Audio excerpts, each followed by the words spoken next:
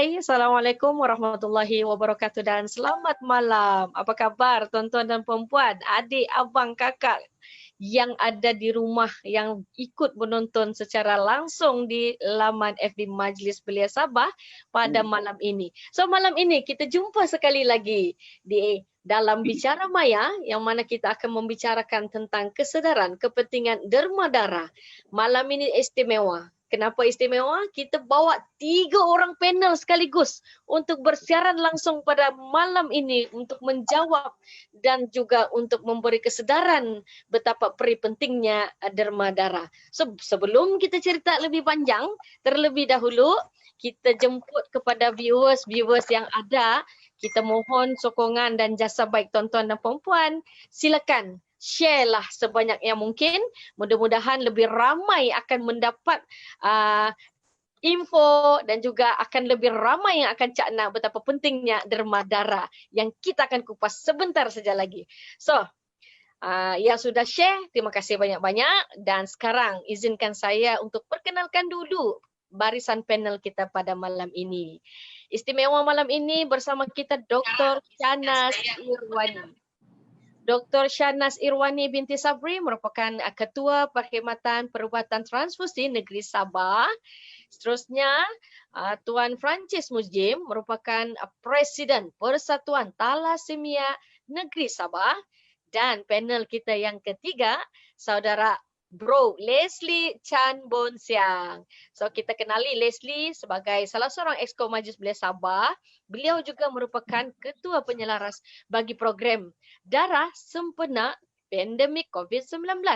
Ada orang yang ingat, oh sekarang kan perintah kawalan tidak boleh pergi mana-mana, mana boleh derma-derma darah. Ini empunya badan, empunya tuan program. Nanti kita dengar cerita dia. So, tidak melengahkan masa, saya buka ruang dan beri peluang kepada panel kita terlebih dahulu untuk bercerita serba sedikit. Mungkin bidang kerjaya mereka, pengalaman mereka. Kita akan mulakan dengan doktor. Sebab saya dimaklumkan doktor, rupanya doktor ni orang Kedah berkhidmat di Sabah. So, Ya, betul. Silakan doktor. Okay, Assalamualaikum warahmatullahi taala wabarakatuh dan selamat malam semua. Terima kasih kepada puan moderator kita, Puan Norizian. Dan juga salam kepada sahabat baik Encik Francis, dah lama saya kenal Encik Francis dan juga Encik Leslie. Dan of course kepada semua viewer, terima kasih kerana meluangkan masa untuk kita sama-sama berkongsi maklumat berkenaan dengan pendermaan darah. Seperti yang moderator katakan tadi, saya berasal daripada Kedah dan telah berkhidmat di Sabah. Sebaik saja saya selesai menjalankan program master program saya, jadi terus ditempatkan di Sabah daripada tahun 2011. Jadi sampai sekarang lah saya masih berpegang sebagai ketua perkhidmatan dan saya juga bertanggungjawab terhadap perkembangan perkhidmatan perubatan transfusi di 24 hospital di seluruh negeri Sabah, termasuk juga dengan wilayah Persekutuan Labuan. Ya. Itulah. Sangat menarik sana sini, maknanya macam seluruh Malaysia sudah bergerak doktor kita ni berkhidmat di mana-mana saja menyumbang bakti. Terima kasih banyak-banyak doktor. So itu serba sedikit berkenaan dengan doktor kita, panel kita yang pertama. Bagaimana pula dengan panel kita yang kedua? Tuan Francis mungkin boleh kongsi serba sedikit dengan audien kita. Silakan Tuan Francis, silakan. Alright, okay. Salam sejahtera dan selamat malam semua, terutama sekali kepada kita punya moderator. Juga kawan-kawan yang lain seperti Dr. Shana dan juga Leslie. Tidak lupa kepada semua penonton-penonton atau pendengar yang ada sekarang ini. Terima kasih kerana dapat bersama-sama dan saya yakin dan percaya bahawa kita dapat membuka satu ruang yang baru untuk kita pada pagi ini, khususnya hari ini bersama-sama dengan khususnya kepada belia-belia, agar kita dapat melihat di mana peranan kita pada musim-musim seperti ini. Dan demikian juga dengan saya dalam merupakan seorang bapa kepada pesakit thalassemia dan merupakan orang lama senior citizen, dah berpencen pun, dah lebih 5 tahun dah sudah berpencen. Tapi saya masih meneruskan kerja-kerja kebajikan ini khususnya kepada membantu kepada pesakit-pesakit thalassemia major di negeri Sabah. Terima kasih. Terima kasih Tuan Perancis. Rupa-rupanya Tuan Perancis ni ada anak yang mengidap thalassemia ya. Itu satu. Ya, betul. Nampaknya semakin menarik ya. Mungkin ada lah yang akan dikongsikan selepas ini. Okey, kita beri ruang terlebih dahulu kepada panel kita yang ketiga. Bro Leslie. Okey, silakan Bro Leslie mungkin berkongsi dengan audien kita, perkenalkan siapa anda yang sebenarnya. Silakan Leslie. Terima kasih kepada Puan Moderator. Selamat malam kepada doktor, kepada Tuan Francis dan rakan-rakan FB yang ada di secara live ini. Sekali lagi nama saya Leslie Chan, saya ahli Bulan Sabit Merah Malaysia Negeri Sabah dan saya dalam Bulan Sabit Merah sudah 23 tahun sejak tingkatan 1 lagi. Saya sekarang memegang jawatan Timbalan Pengurusi Program Darah Bulan Sabit Merah Malaysia Negeri Sabah. Dan selain itu juga saya juga terlibat beberapa NGO yang ada di Sabah. Yang keduanya adalah Palliative Care Association. Saya adalah bendahari di Pusat Jagaan Palliative Care di mana menjaga pesakit-pesakit kanser dan juga seorang ahli pemandu pelancong di Sabah. Walaupun kita terjejas ya, tapi tiada ada halangan bagi saya membuat kerja-kerja amal di Sabah. Terutamanya program darah di Sabah yang begitu kritikal sekali buat masa ini.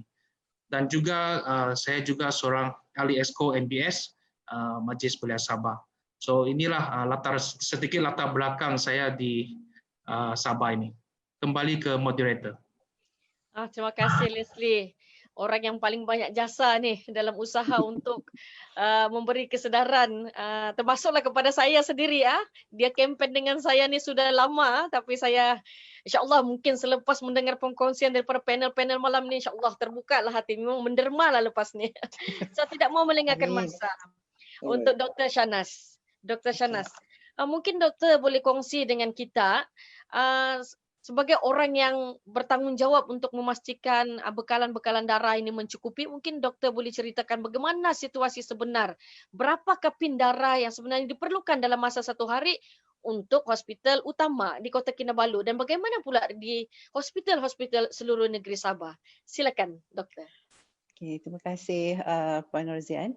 Jadi okey, saya nak startkan kita punya perbincangan ni kenapa kita menderma darah dulu ya.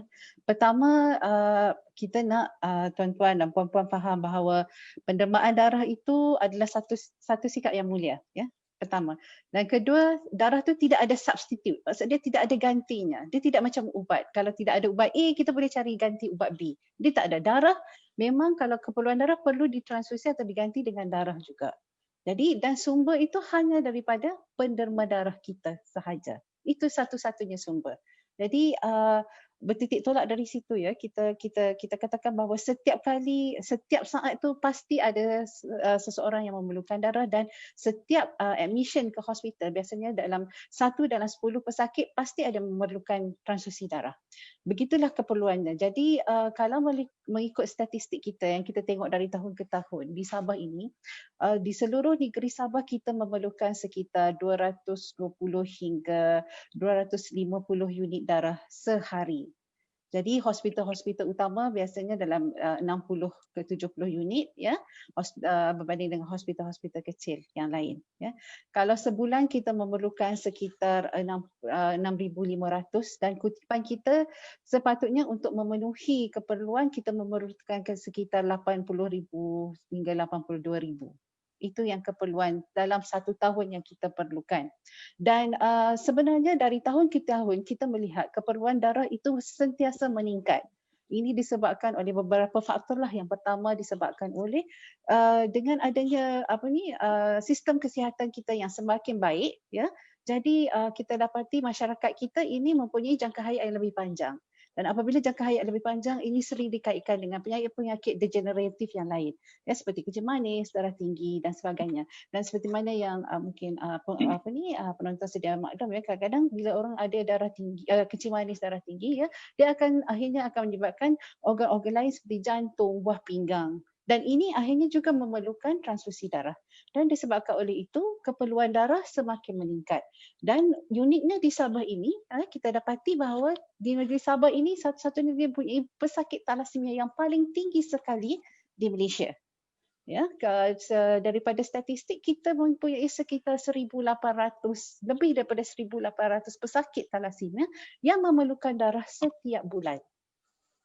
Jadi disebabkan itulah, ya, kita kena memastikan bahawa kutipan kita sentiasa mencukupilah. Dan di samping itu juga kita ada servis sebagai, dan kita dapati juga di Sabah salah satu lagi keunikan Sabah, Hospital Wanita dan Kanak-kanak Sabah, ya, adalah merupakan hospital yang mempunyai kadar kelahiran tertinggi di Malaysia berbanding hospital Kuala Lumpur.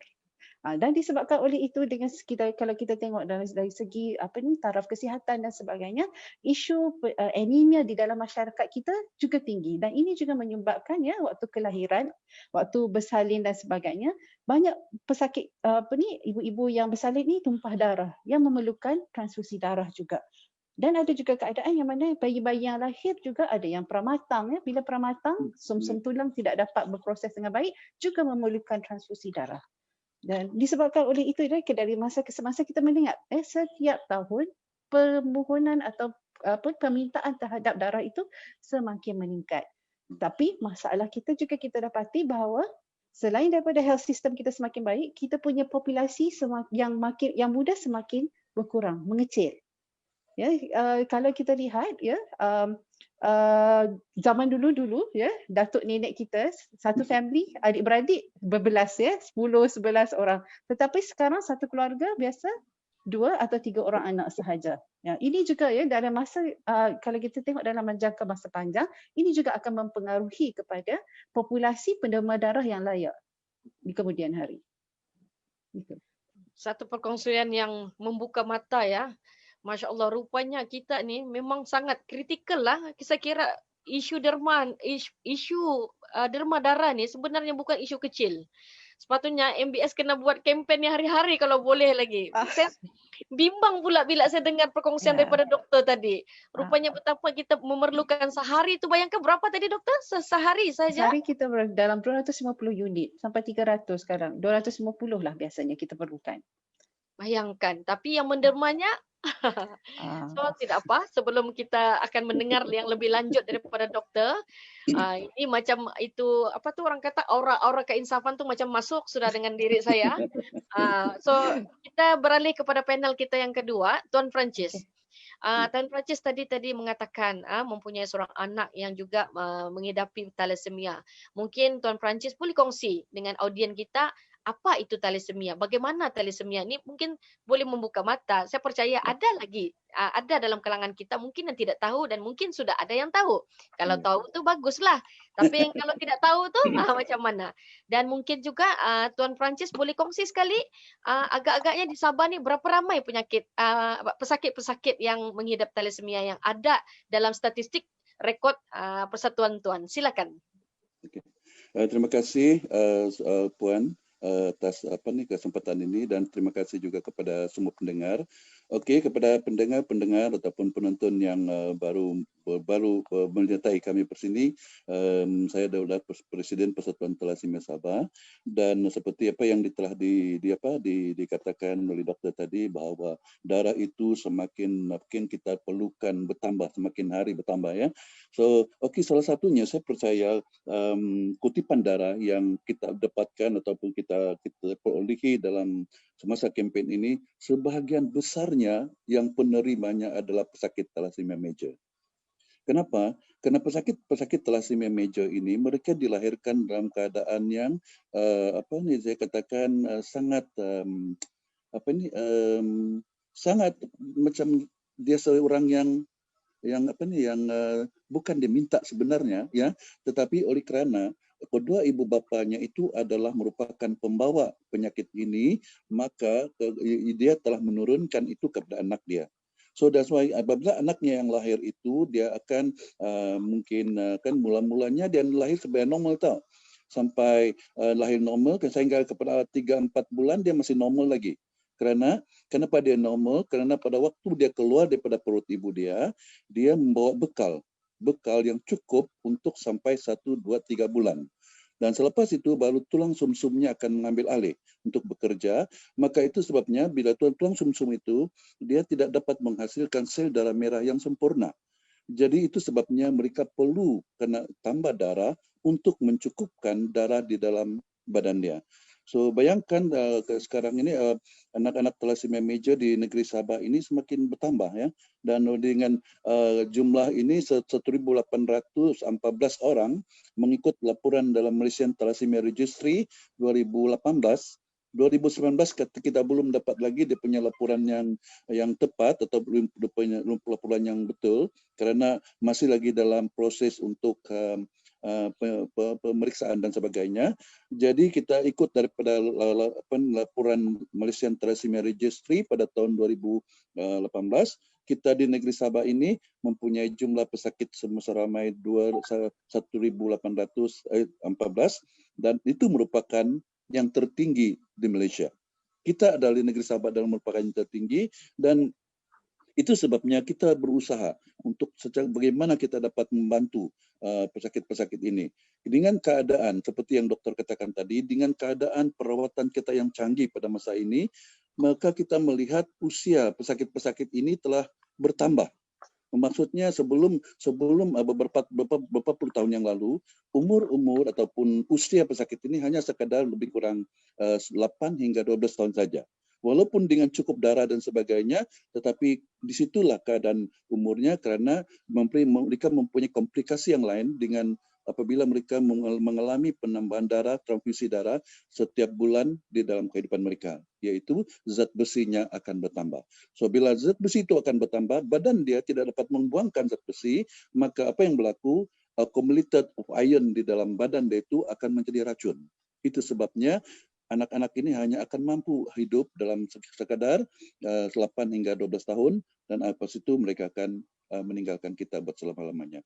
Tetapi kita bersyukur kerana dari segi kita punya perawatan sekarang bertambah canggih, maka mereka telah diberikan satu rawatan untuk membuang balik zat besi yang ada di dalam badan itu dengan cara membuat jarum suntikan yang mereka pakai setiap malam dalam 1 minggu 6 kali dalam 1 minggu, maksudnya 1 hari saja free. Dan masanya adalah daripada jam 7 malam hingga kepada besok paginya, setiap hari seumur hidup. So ini yang akan mereka alami dan syukurlah kerana mereka dengan rawatan ini, pesakit-pesakit thalassemia sekarang ini yang tertua di negeri Sabah, kita mempunyai ada 43 tahun umur dia, yang tua di negeri Sabah ini. So maksudnya umur mereka itu sudah meningkat. So kembali kepada kita, persoalannya mungkin orang ramai bertanya, dari mana puncanya? Adakah penyakit ini berjangkit seperti yang bawaan ataupun berkongsi peralatan dan sebagainya? Tidak, sebenarnya dia bukan penyakit yang berjangkit, tetapi dia adalah penyakit keturunan.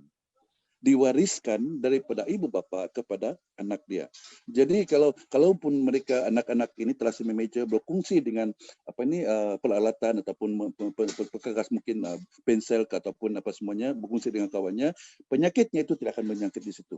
Karena dia adalah daripada penyakit keturunan yang saya katakan pada mulanya, yaitu kedua-dua ibu bapa itu mempunyai ataupun memiliki atau mereka adalah pembawa thalassemia gene. Ya hanya carrier sahaja. Tetapi apabila dua-dua carrier itu berjumpa, maka apa yang berlaku setiap apabila mereka akan melahirkan anak itu, ada di antara anak itu akan menjadi thalassemia major. So ini yang menjadi puncanya sebenarnya. So daripada situ kita melihat bahwa sebenarnya kita boleh kawal, tetapi nanti kita akan ceritakan bagaimana nanti. Tetapi saya mau jelaskan di sini lagi untuk kepentingan darah ini. Darah ini mereka memerlukan darah setiap bulan ya. Dan ada pesakit yang dalam 1 bulan dia perlukan 2 pack darah. Maksudnya dalam 1 bulan dia perlukan 2 pint. So apa yang berlaku adalah pesakit-pesakit ini memerlukan darah itu karena kalau tidak HB-nya akan turun, dan kita melihat juga darah itu adalah merupakan pengangkut oksigen untuk dihantar kepada semua organ-organ di dalam badan dia. Jika sekiranya organ itu tidak menerima oksigen yang cukup, maka dia akan mengalami prestasi kesehatan mereka akan menurun. So itu sebabnya dia keep on transfusing sampai seumur hidup dia. So inilah kepentingan kita, sebabnya pesakit-pesakit thalassemia ini sangat-sangat memerlukan bekalan darah dan sangat-sangat bergantung kepada bekalan darah yang datang daripada orang-orang dermawan, yang orang-orang yang datang yang sangat memberikan prihatin ini. Terima kasih. Panjang lebar tapi sangat membuka mata ya. Terima kasih Tuan Perancis. Ya. Saya memang tahu pasal thalassemia ni sebab saya guru dan di sekolah tempat saya mengajar, salah seorang murid saya juga adalah pengidap inilah thalassemia ni. Jadi kita sangat memahami keadaan beliau. Sebab itu saya mahu Tuan Perancis berkongsi, sebab saya percaya memang ada orang yang tidak tahu berkenaan dengan thalassemia ni. Mereka dimomokkan dengan berbagai-bagai. Kesian juga kadang-kadang tu ada yang kena siap diberi gelaran yang berbagai-bagai tanpa mereka tahu ianya bukan saja menyakitkan hati, menambah beban. Orang bilang macam menaruh garam di darah, di yang berdarah, begitu. Okey, terima kasih Tuan Perancis. Saya kira Tuan Leslie sudah bersedia. Leslie. So Leslie, Tuan Leslie ini kita kenal, beliau cukup dekat dengan program derma darah. Hampir dari mula saya kenal Tuan Leslie sehinggalah sekarang, program derma darah ini sangat dekat dengan beliau. Jadi selaku seorang yang biasa menjalankan aktiviti derma darah ini, semestinya oleh penganjur utama mereka iaitu Bulan Sabit Merah Malaysia Negeri Sabah. So mungkin Leslie boleh kongsi bagaimana BSMM ni memainkan peranan dalam kempen program derma darah ini, dan mungkin boleh cerita dengan kita apa masalah, apa kekangan sepanjang pelaksanaan program ini dijalankan. Silakan Leslie. Terima kasih Puan Moderator. Sebenarnya kembali ke soalan yang Puan Moderator tanya tadi, sebenarnya Bulan Sabit Merah, Jabatan Transfusi Darah dan Persatuan Thalassemia adalah satu keluarga, orang kata 3 segi. Kami yang anjur darah ni ke transfusi darah, dan transfusi darah akan beri darah itu kepada pesakit thalassemia. Dia satu bulatan sebenarnya. So kembali ke soalan tu, sebenarnya pandemik COVID-19 ni betul-betul mencabar Bulan Sabit Merah Malaysia untuk menganjurkan program derma darah di seluruh negeri. Bukan saja keselamatan sukarelawan, tetapi keselamatan penderma juga. Okay, saya rasa semua pun tahu pada waktu itu banyak penderma tak berani keluar dari rumah ataupun pergi ke hospital untuk menderma darah. Ini satu cabaran yang betul-betul mengkaji kami semua. Jadi pada waktu itu kami hanya mengambil masa seminggu untuk menyiapkan SOP dan garis panduan untuk program derma darah bersama dengan Jabatan Transfusi Darah dan juga agensi-agensi yang lain untuk menyiapkan SOP dan garis panduan yang boleh digunakan untuk semasa pandemik COVID ini. Tapi syukur pada 29 Mac sehingga 31 Ogos yang 5 bulan ini, Bulan Sabit Merah berjaya menganjurkan 94 program derma darah di seluruh negeri Sabah. Dan jumlah darah yang kita dapat dikutip sejumlah 3,553 pint darah. Dan termasuk ini adalah rekod kumpul dana yang terbanyak di Malaysia semasa pandemik COVID-19 ini. Ini rekod Bulan Sabit Merah Ibu Pejabat Kebangsaan.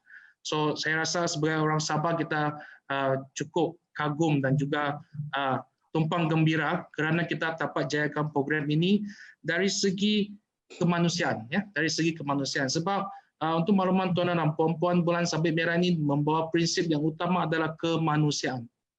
Jadi mau tak mau kita kena laksanakan tugas ini demi pesakit yang menderita ataupun yang memerlukan darah, yang sedang menunggu darah itu di hospital. So ini yang kita boleh laksanakan. Dan masalah yang kita hadapi yang saya katakan tadi, iaitu pendema ni memang takut keluar mendema. Tapi sebelum kita anjurkan program ni, kami dah cuba menasihatkan ataupun menghubungi pendema darah untuk pergi derma darah di hospital. Tetapi respon yang diberikan oleh pendema adalah saya tak akan pergi hospital mendema darah. Ini yang menyedihkan. So dalam masa seminggu tu kami cuba berbincang dengan Jabatan Transfusi. Saya rasa Dr. Shahnaz pun tahu, kami balik-balik berkomunikasi, bermesyuarat, ya, macam mana nak selesaikan masalah ni, macam mana nak panggil penderma darah ni keluar untuk menderma darah. Jadi syukur pada akhirnya kita dapat jayakan SOP dan garis panduan, dan kita boleh menganjurkan program derma darah atas surat perkeliling sokongan dari Kementerian Kesihatan Malaysia dan juga Jabatan Kesihatan Negeri Sabah. Jadi Berhad Sabit Merah satu-satunya persatuan yang boleh melaksanakan program ini dengan SOP dan garis panduan program derma darah di negeri Sabah. Okey, tahniah Leslie, tahniah BSMM dan semestinya KKM kita sendirilah. So, sebelum kita lanjutkan, saya ingin berkongsi komen daripada kita punya audien ini. Salah seorang daripadanya iaitu Bolong Tatap Bolong namanya. So, soalan dia agak panjang, komen dia agak panjang, tapi yang saya singkatkanlah. Dia kata dia adalah salah seorang penderma tegar, sudah hampir 40 kali, bayangkan 40 kali menderma darah. Dan yang terakhir dia menderma ialah pada Jun 2020 yang lalu. Jadi dia mencadangkan sebab dia kata bagaimana kita mau tingkatkan kesedaran kepada orang ramai supaya menderma darah ini mudah. Sudahlah mudah, menarik lagi. So dia cadang, menurut Bolong Tatap Bolong, dia cadangkan mungkin pihak Kementerian Kesihatan khususnya boleh pertimbangkan untuk perbaiki reward kepada penderma-penderma darah. Sekarang ini saya difahamkan memang sudah ada reward yang tertentu kan. Lepas tu dia sebut di sini, dia kata dia pun hairan, dia kata kenapa orang ramai lebih rela membayar medical card. Walaupun kalau kita sudah derma lebih 50 kali, kita akan dapat keistimewaan rawatan percuma kelas pertama di hospital. Jadi di sini dia sarankan supaya KKM dapat mengubah reward ini, gantikan dengan sesuatu yang lebih baik dan boleh menjadi satu tarikan untuk orang ramai menderma darah. Dia sangat mengharapkan ada perubahanlah di masa akan datang. Ada banyak lagi nih komen-komen yang lain nih. Tapi sebelum kita pergi ke komen-komen yang lain, saya kira doktor boleh dapat inilah kan hadam soalannya tadi tu. Dan kita akan teruskan untuk Dr. Shahnaz akan respon dengan komen si Bolong Tatap Bolong ini, beserta mungkin doktor boleh kongsi juga. Darah kalau diderma agaknya berapa lama? Berlaku ke tidak darah yang dibuang sebab tidak digunakan? Berlakukah kalau di negeri Sabah ni? Silakan doktor. Okey, terima kasih. Jadi saya menjawab dululah pertanyaan saudara kita Bolong Tatap Bolong ya, berkaitan dengan keistimewaan penderma darah ya. Jadi keistimewaan penderma darah ni mula diketengahkan oleh pihak Kementerian Kesihatan Malaysia pada tahun 2000. Jadi inilah daripada titik permulaan diberikan keistimewaan kepada penderma darah, mengambil kira pihak kementerian ingin menjaga kebajikan dan juga kesihatan dan keselamatan penderma darah sewaktu pendermaan dan selepas pendermaan. Jadi itulah actually orang kata titik tolak daripada bagaimana keistimewaan penderma darah itu diberikan.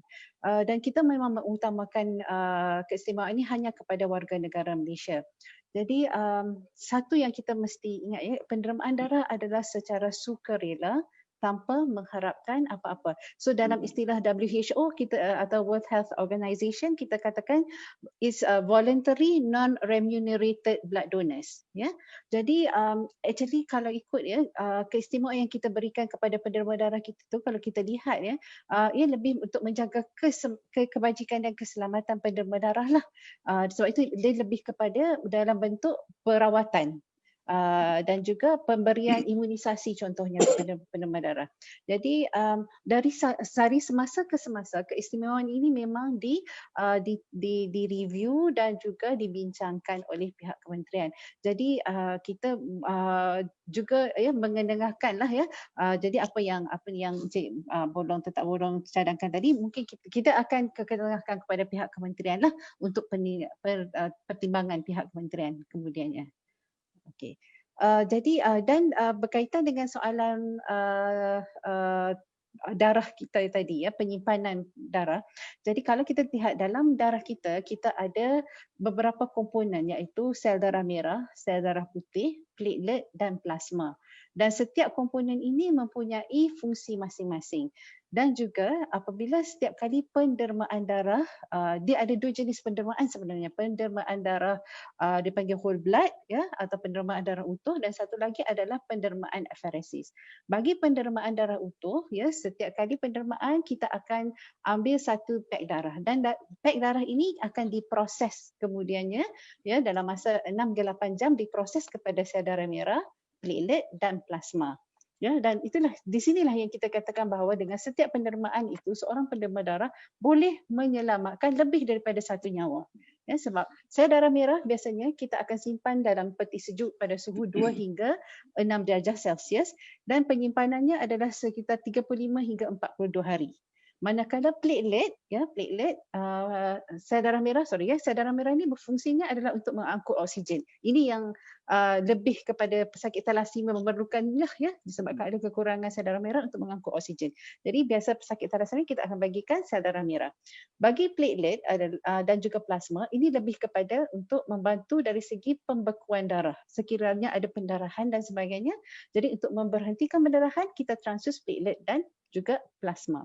Bagi platelet ya, jangka hayat dia cuma 5 hari sahaja dari tarikh pendermaan. Ya, lepas 5 hari dia expired. Manakala plasma ya disimpan dalam bentuk beku ya, kita panggil fresh frozen plasma atau cryoprecipitate dan cryosupinated.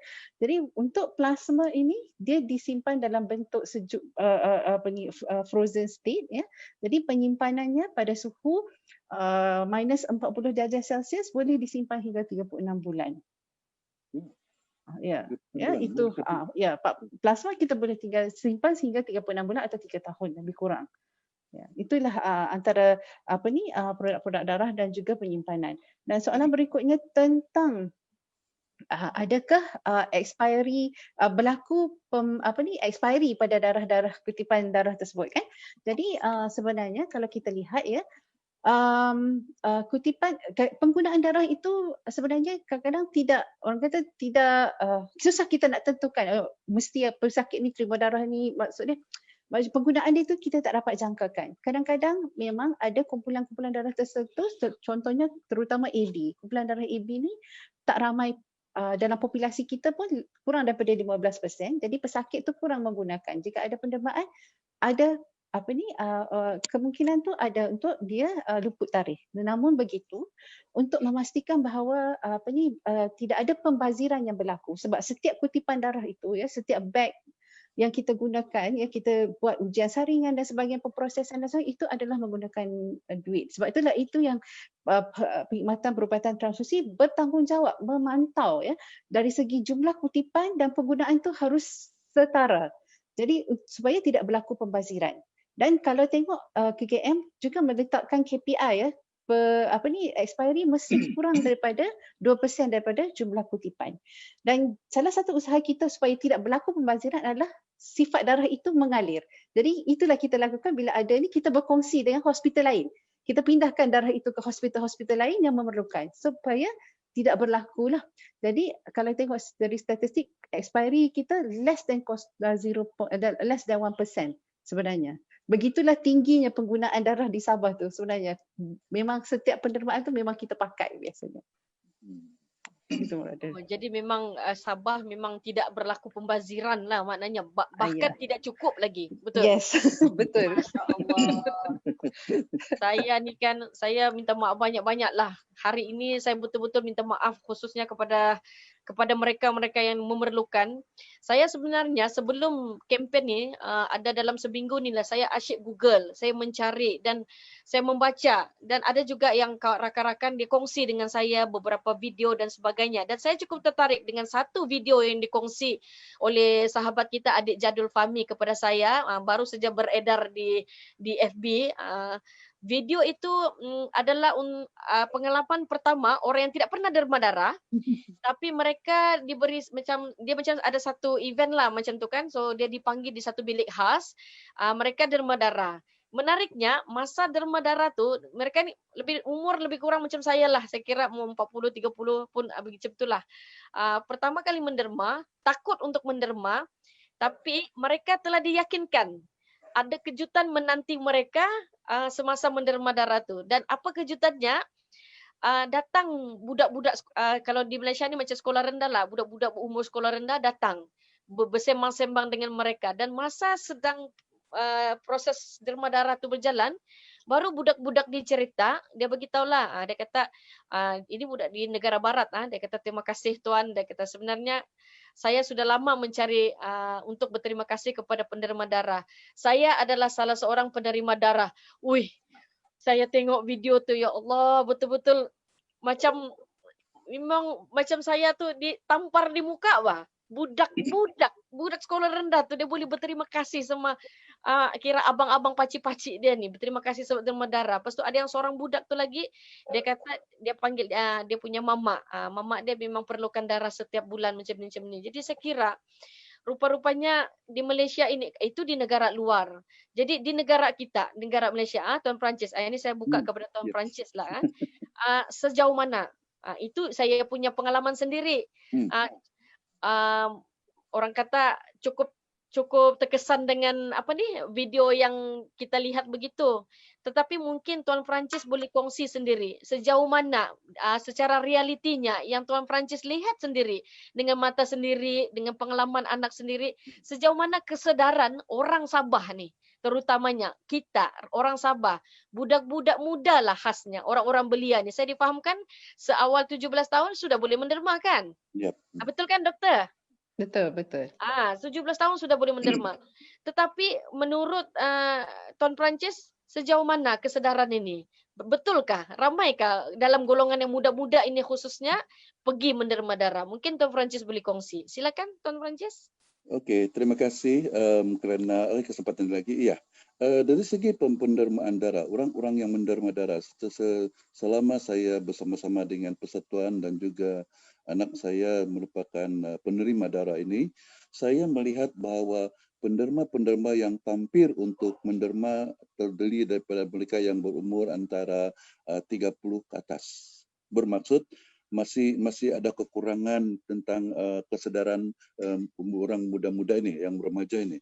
Saya teringat dahulu pada waktu saya masih di sekolah, saya mulai menderma darah seumur 17 tahun lebih saja. Boleh menderma darah saja. Jadi kesedaran itu membawa saya kepada satu macam perasaan untuk bertanggung jawab kepada mereka-mereka yang memerlukan. Kerana pernah saya melihat ada orang yang aksiden dan darahnya banyak tumpah, dan dia hanya boleh diselamatkan dengan darah. Kerana darah manusia hanya dapat diperolehi daripada darah manusia, dari kita sendiri, yang dapat menyelamatkan mereka.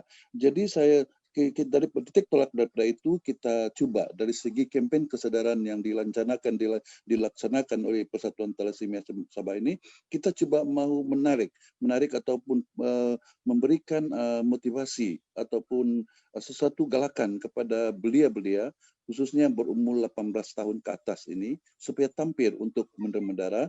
Tetapi masalahnya adalah ramai yang mengatakan begini, saya tidak berani menderma darah kerana sakit. Ataupun dia katakan, ada juga yang separuh mengatakan, saya tidak mau derma darah, nanti saya gemuk. Karena orang takut tentang gemuk kan. Jadi kita coba berikan penjelasan bahawa setakat selama ini yang penderma darah ini menjadi sehat. Kenapa dia sehat? Kerana setiap 3 bulan darah yang itu akan terus bila dia sudah menderma darah untuk satu pint itu, dalam tempo 3 bulan itu dia akan kembali lagi karena tulang sumsumnya sudah mulai bekerja untuk menghasilkan sel darah merah itu. Kemudian kalau bayangkan kalau sekiranya 10 atau 20 kali dia menderma darah, setiap kali dia menderma darah, setiap kali tulang sumsum itu bekerja untuk menghasilkan darah yang baru itu. Jadi tidak ada yang mengatakan menderma darah ini membuatkan saya dari kumuk dan sebagainya. Tidak ada. Jadi cuma itu mungkin alasan-alasan tertentu. Tapi minta maaf lah kalau ada yang pernah mengatakan demikian. Tapi this is the reality yang kami temui. Dia katakan nanti saya tidak mau, nanti saya takut gemuk ataupun sakit begitu karena jarum. Begitu. Ya memang dia nampak jarum yang besar kan, yang mau dibuat itu dia punya apa tuh? Dia punya jarum yang untuk menarik itu besar. Tapi sebenarnya dia tidak sakit. Dia hanya seperti digigit semut saja sebenarnya. Ada satu orang yang waktu pengalaman kami mengadakan kampanye demam darah di ITTC. Dia happen to be husband and wife. Husband dia ini selalu yang kerap tegal penderma darah dan istrinya itu datang untuk menemani dia saja. Kemudian sudah dimotivasi oleh kawan-kawan yang lain untuk menderma darah, dia mula-mula tidak menderma.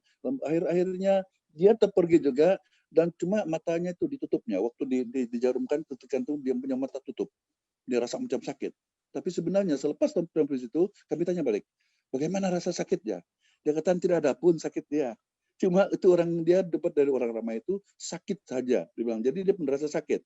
So inilah antaranya dilema-dilema ataupun perkara-perkara yang kami hadapi. Jadi setakat ini kita bersyukurlah karena sejak akhir-akhir ini kita mulai menumpukan kepada belia-belia ini yang lepasan sekolah yang ketanti-ketangan 5 itu untuk menderma, walaupun mereka ini kadang-kadang reluctant juga, tetapi dengan kita gunakan dia punya pengaruh kawan-kawan yang sebaya dengan dia, akhirnya mereka turun juga. Tapi bagaimanapun, dia still a room for us untuk kasih improve supaya menarik lebih ramai lagi remaja-remaja ini untuk tampil ke hadapan. Karena yang sudah dewasa ini dia ada batasan juga. Apabila umurnya sudah 60 tahun, maka dia dengan sendirinya dia akan dia tidak dapat menderma darah lagi.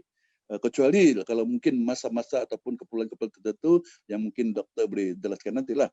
Tapi selepas 60 tahun sebenarnya mereka tidak lagi boleh menderma.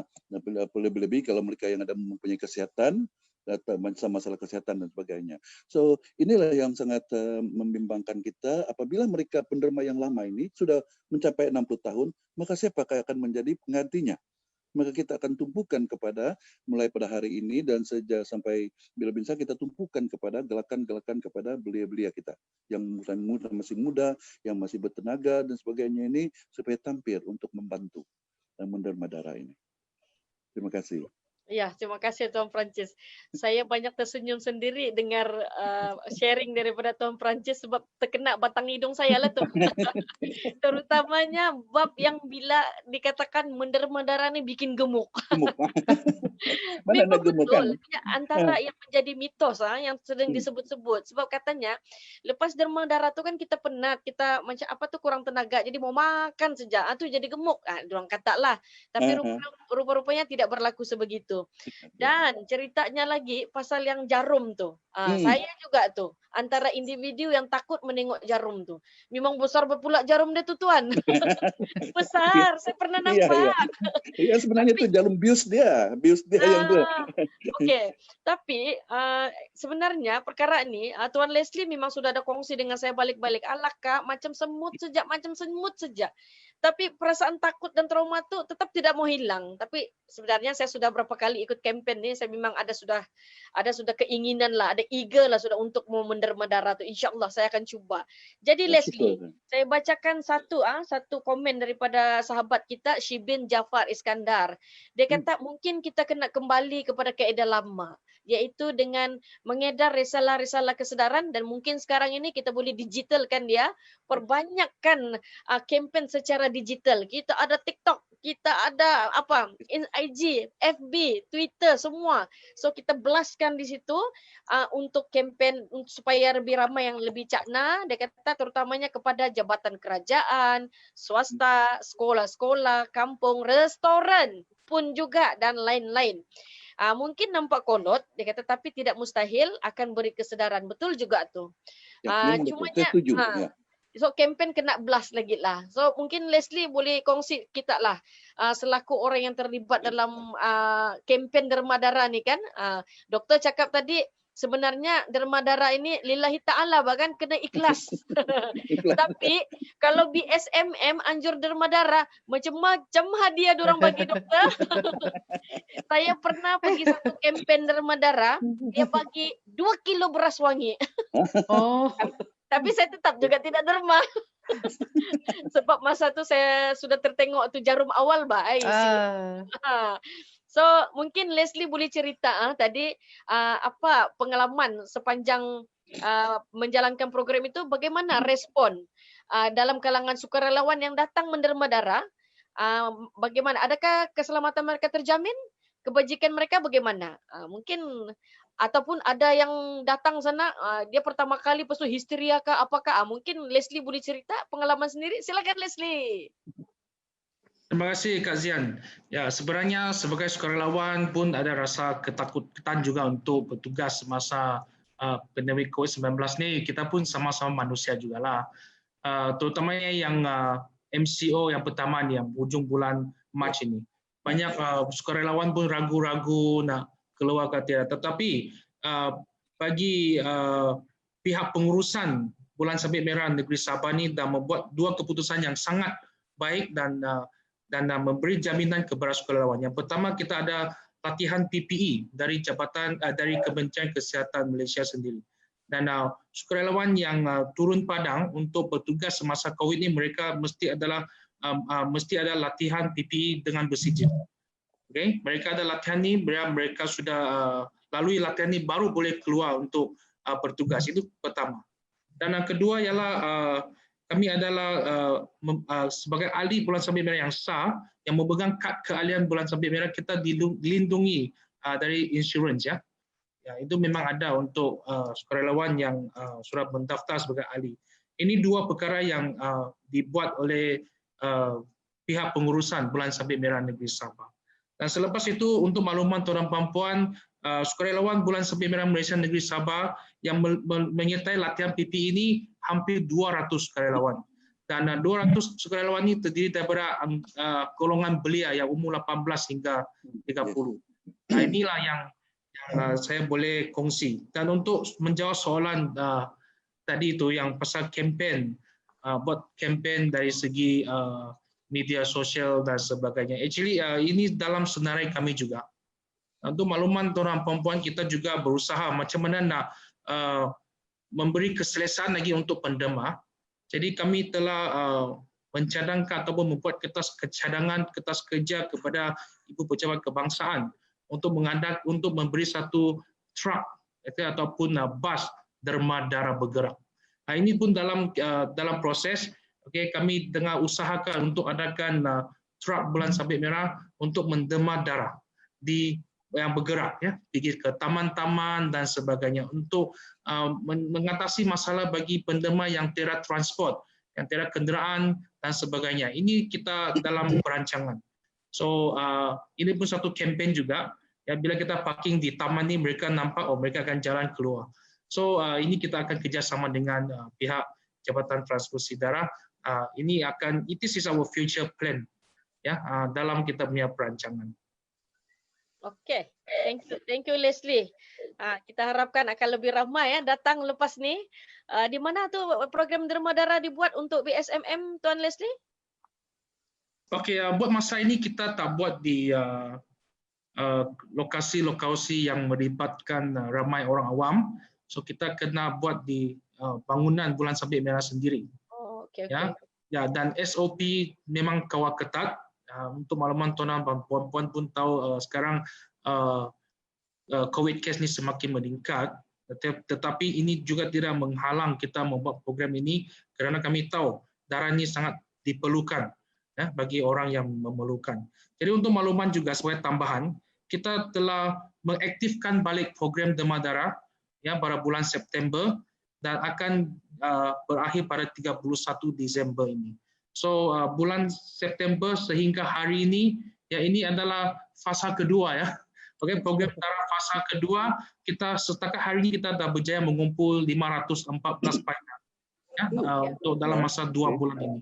So kita akan teruskan selagi COVID ini masih merebak, kita akan teruskan, kita akan berusaha untuk menangani masalah ya pihak hospital dan juga Persatuan Thalassemia ini. Ya. Dan kita juga harap lebih banyak lagi NGO yang lain yang ada kelayakan lah, yang ada kemahiran dan juga sertifikat lah yang dibenarkan untuk mengajukan program ini, buatlah, kita buatlah, mohonlah, mungkin boleh berbincang dengan BSMM bagaimana cara penganjurannya dan sebagainya. So kita kembali kepada komen-komen daripada audiens. Saya kira ni mungkin doktor kenal ni, Rahida Haji Jalil. Oh, kenal. So Rahida Haji Jalil ni siap promosi, like lah FB transfusi, unit perubatan transfusi. Dan menariknya Puan Rahida juga berkongsi masa operasi untuk unit perubatan transfusi HQE iaitu pada hari Isnin hingga hari Jumaat pada pukul 8 pagi sehingga 5 petang. Menariknya Sabtu dengan Ahad pun buka juga ya. Ya, betul. Dari pukul 9 pagi hingga 3 petang. Masya Allah, setiap hari. Tapi dalam setiap hari itu tidak tahulah, hari-hari ke juga orang datang kan. So itu nanti doktor akan respon. Kita baca sikit lagi. Kata Rahida itu pun tertakluk kepada sebarang perubahan akan dimaklumkan dari masa ke semasa. Doktor, seorang audien kita namanya Dayang Nuriliza Tahir. Dia kata apa? Jangan putus menderma darah, teruskan menderma. Setiap satu pek darah yang kami terima adalah satu kehidupan yang baru untuk kami. Thank you yang tak terucap. Pendek tapi sangat menyentuh hati dan sangat memberi kesan di hati. So kata Leslie sebelum ini, kerana darah kita itu siapa tahu boleh menyelamatkan nyawa orang lain. So dengan izin Yang Maha Esa jugalah ya. So seterusnya doktor, bila kita bercerita pasal darah ni sebelum doktor ceramah kita bagi tahu sama kita yang bahawasanya tidak ramai orang muda menderma darah. Betul ke doktor? Yes, peratusan dia kuranglah berbanding dengan kelompok yang lain. Sebelum doktor pergi ceramah kita yang itu, nanti doktor pun mungkin mau tahu jadi kenapa orang-orang belia ni tidak ramai yang derma darah. Doktor kongsi dulu. Berapa umur yang selayaknya boleh menderma dan sebaiknya untuk menderma. Sebab kalau yang kelompok yang satu lagi tu yang doktor kata lebih ramai menderma tu, dia orang sudah ada risiko-risiko penyakit kan. Jadi bagaimana dengan golongan-golongan muda ni? Dan apa kata kalau doktor kongsikan tips kebaikan derma darah, kasih ramping kah, kasih apakah? Kita hentikan mitos yang mengatakan derma darah kasih pupuk. Silakan doktor. Boleh. Okey. Yang pertama tadi adalah berkaitan dengan peratusan penderma darah daripada golongan belia. Jadi kalau kita lihat kita ada statistik ni based on 2019, kutipan darah kita 2019.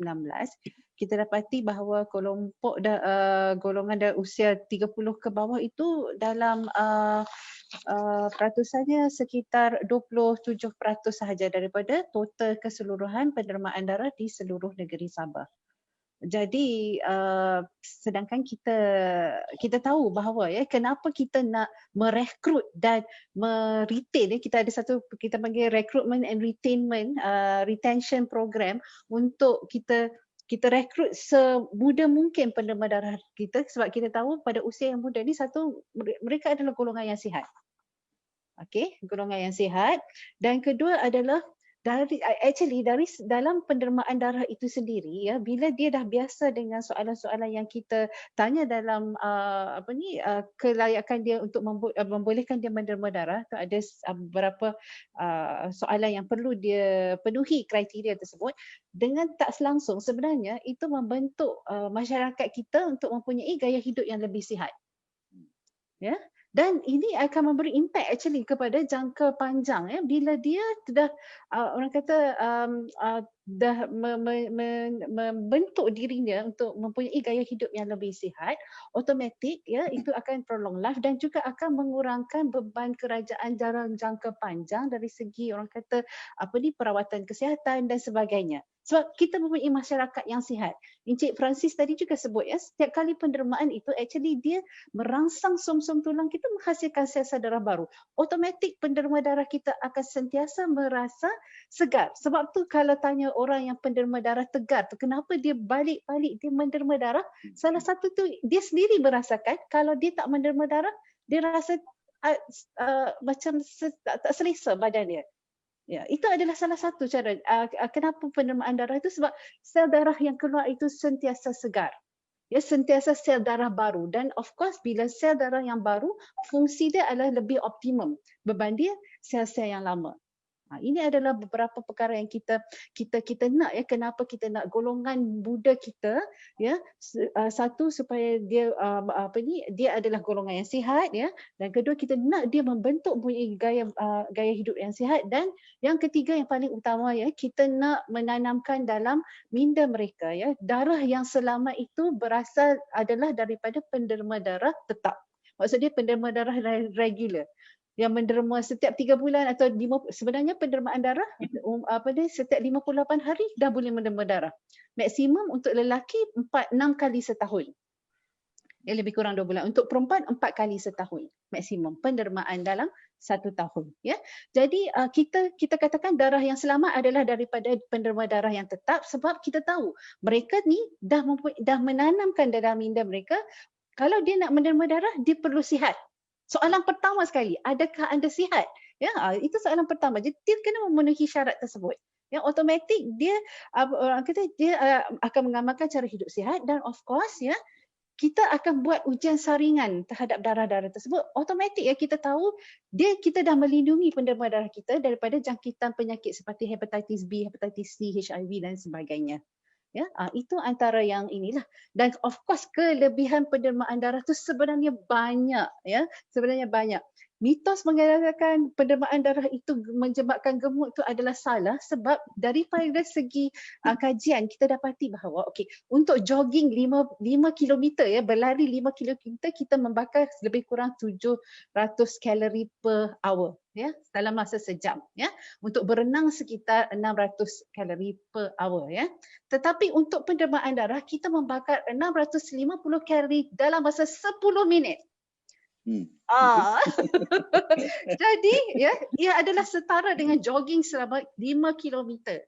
Ya, so itu kata sebenarnya mitos-mitos ini sebenarnya tidak benar ya. Yang kajian yang kita lakukan ya, kita dapati ya daripada kajian-kajian saintifik ya, sebenarnya satu of course dia sebenarnya membakar kalori.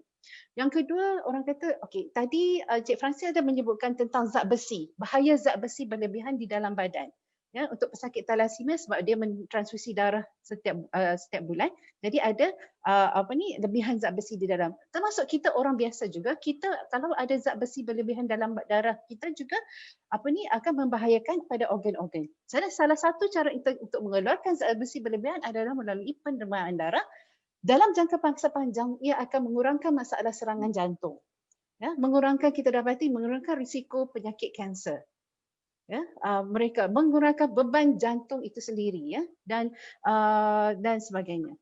Dan of course ya, setiap kali pendermaan kita akan cek ya, kita akan cek dari segi suhu, kita akan cek dari segi tekanan darah, kita akan cek dari segi jantung ya, oleh pegawai perubatan ya. Setiap kali yang penderma jumpa adalah pegawai perubatan, doktor ya, yang menilai penderma darah itu. Jadi of course automatik itu adalah satu.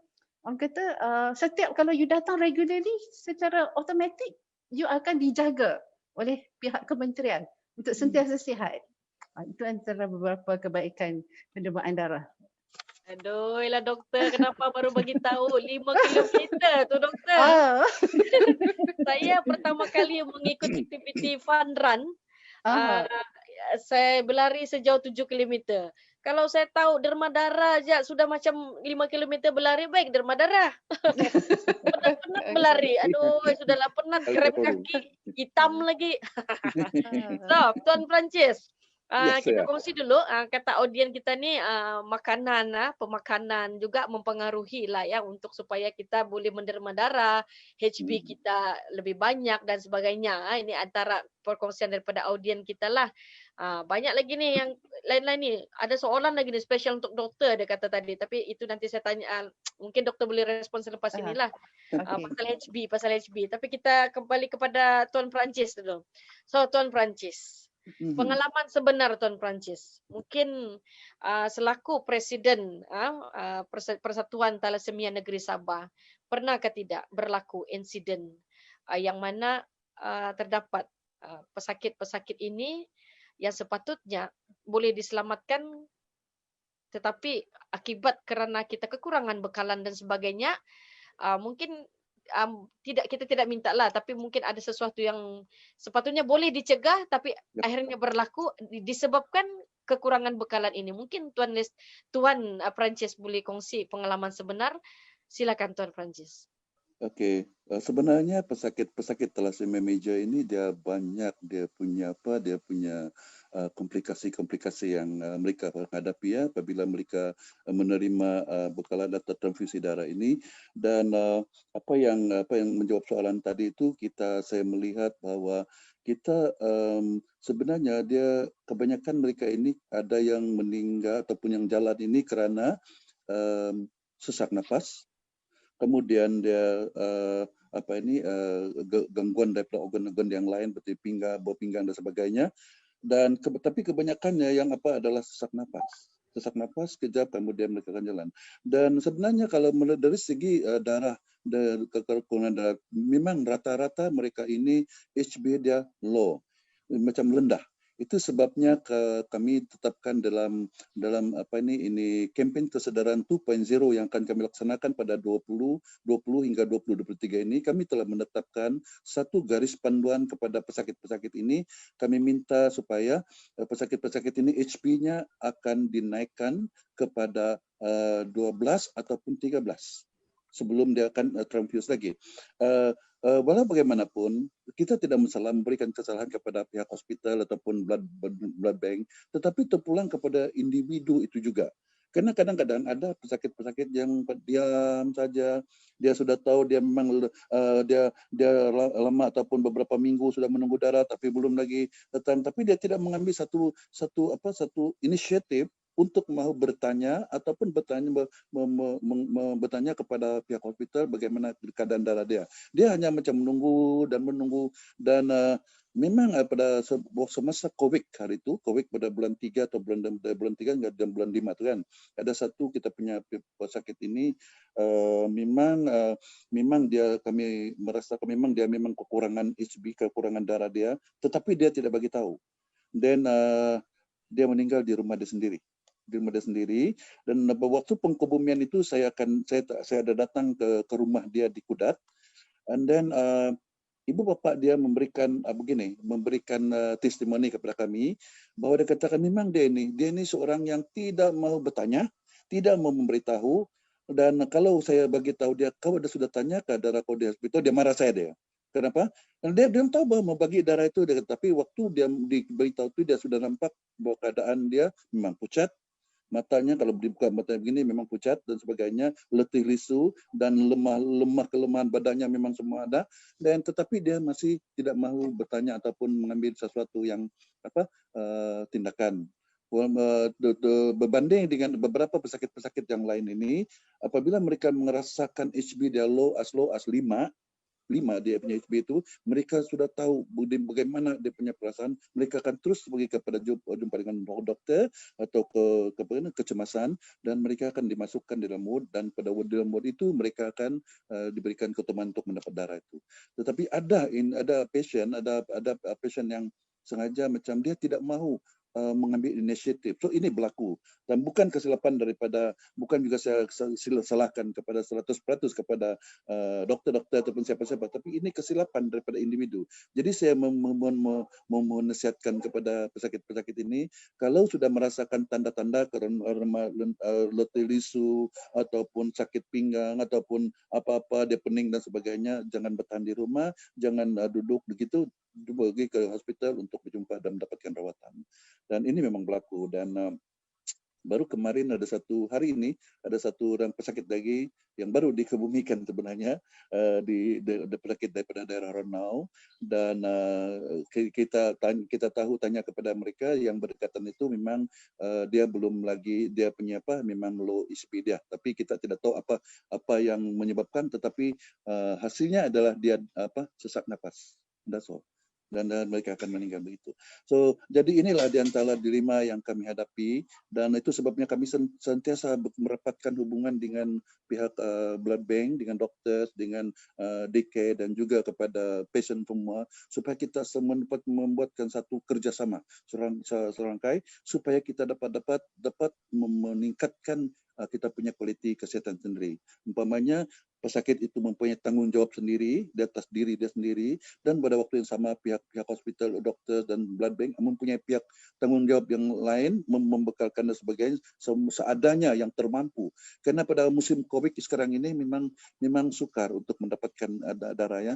Kami dalam merancang untuk kempen demam darah pada musim-musim sekarang ini, sampai sekarang saya masih belum dapat bergerak, karena saya mau tumpukan kepada perumahan-perumahan dan berbincang dengan pihak blood bank di Likas, karena mereka ada satu mobile bus untuk dibawa untuk menderma darah di situ. Bagaimanapun macam kekangan dengan apa yang berlaku dengan keadaan sekarang ini, orang ramai masih takut untuk hal itu.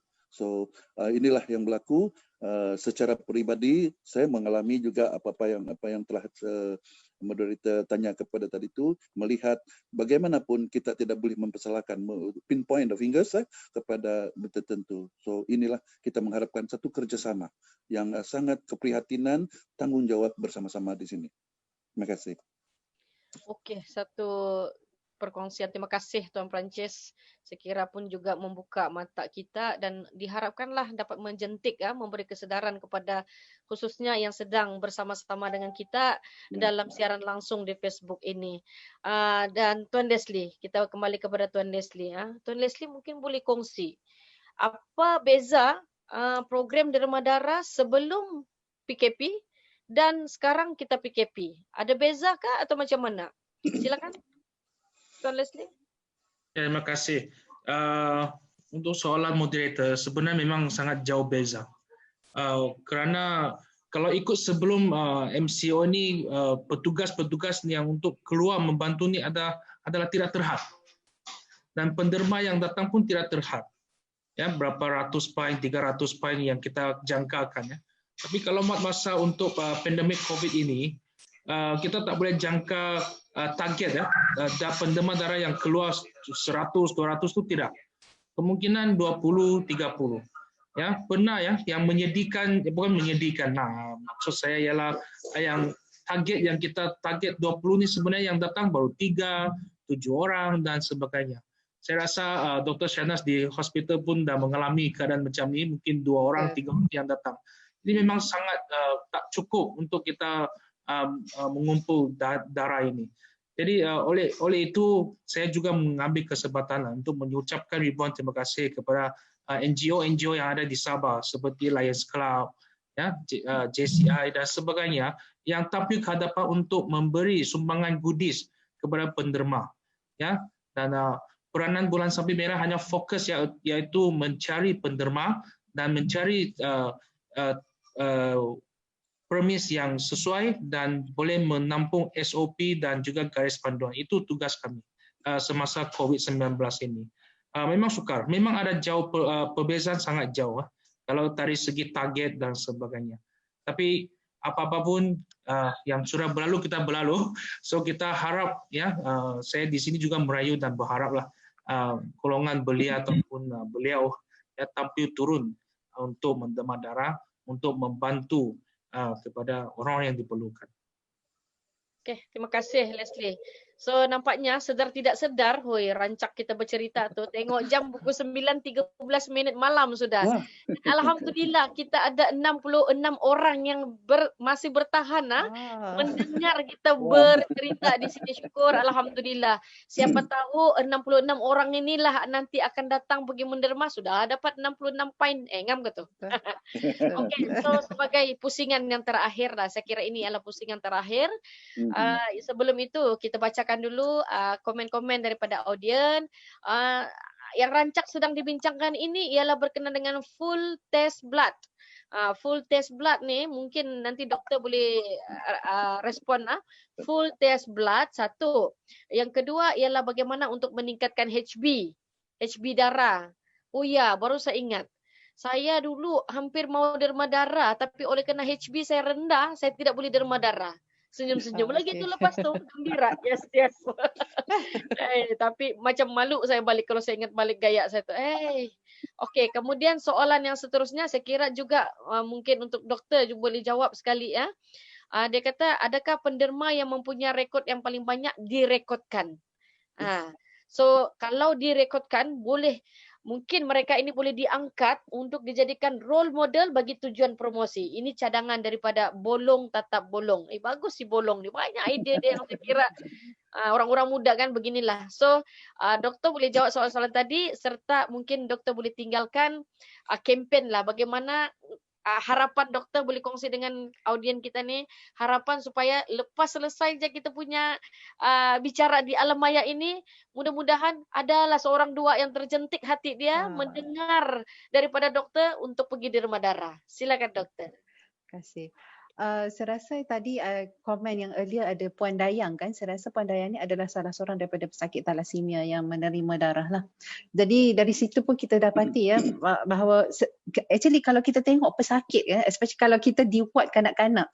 Kalau di ward kanak-kanak tu pesakit thalassemia ni contohnya bila HB dia terlalu rendah kan memang tak bermayar sebab bila dia nak otot-otot nak bekerja dia memerlukan oksigen untuk menghasilkan tenaga. Jadi energi ni tak dapat dihasilkan because of the low HB tadilah, sel darah merah kurang dalam badan. Tetapi sebaik sahaja menerima transfusi darah kita dapati terus cergas dan terus so actually itu adalah antara orang kata bagi seorang doktor lah bila dia tengok pesakit dia sembuh dari maksud dia atau mendapat benefit daripada transfusi darah itu adalah salah satu daripada kepuasan kami di pihak Kementerian Kesihatan. Maksud dia kita mahu pesakit apabila datang mendapat perawatan seoptimal mungkin dan untuk kami mencapai target mendapat perawatan optimal tu kami sangat-sangat memerlukan kerjasama daripada masyarakat. Sebab pendermaan darah ni actually dia adalah sebenarnya tanggungjawab masyarakat. It's a social responsibility.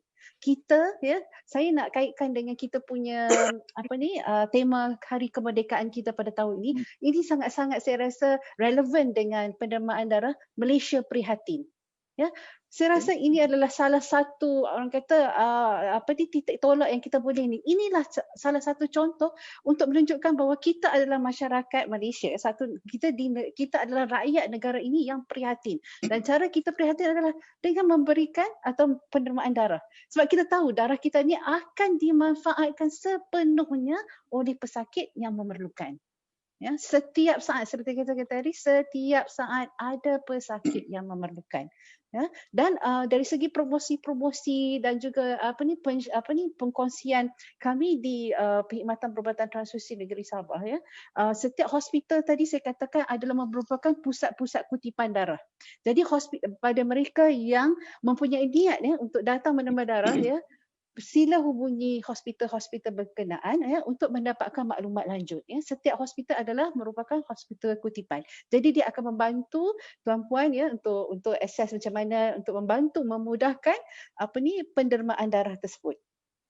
Okey, jadi saya rasa dan of course tadi Cik Rahidah ada berkongsi Cik Rahidah merupakan pembantu takbir di Jabatan Perubatan Transfusi Hospital Queen 2 ya, di jabatan saya, dan beliau seorang pegawai yang rajin update tentang kempen pendermaan darah di Facebook kami. Dan ini saya kongsikan ya, kami punya Facebook dan juga Instagram ya. Untuk Facebook kami alamatnya adalah Jabatan Perubatan Transfusi HQE atau Unit Perubatan Transfusi HQE. Jadi boleh lihat di sanalah informasi-informasi berkaitan dengan pendermaan, lokasi pendermaan dan sebagainya. Dan Instagram kami Blood Bank Kota Kinabalu. Di situ juga kami berkongsi ya, sebab saya tahu media massa seperti Instagram, FB, Twitter dan sebagainya merupakan salah satu media yang sangat powerful di masa sekarang ini.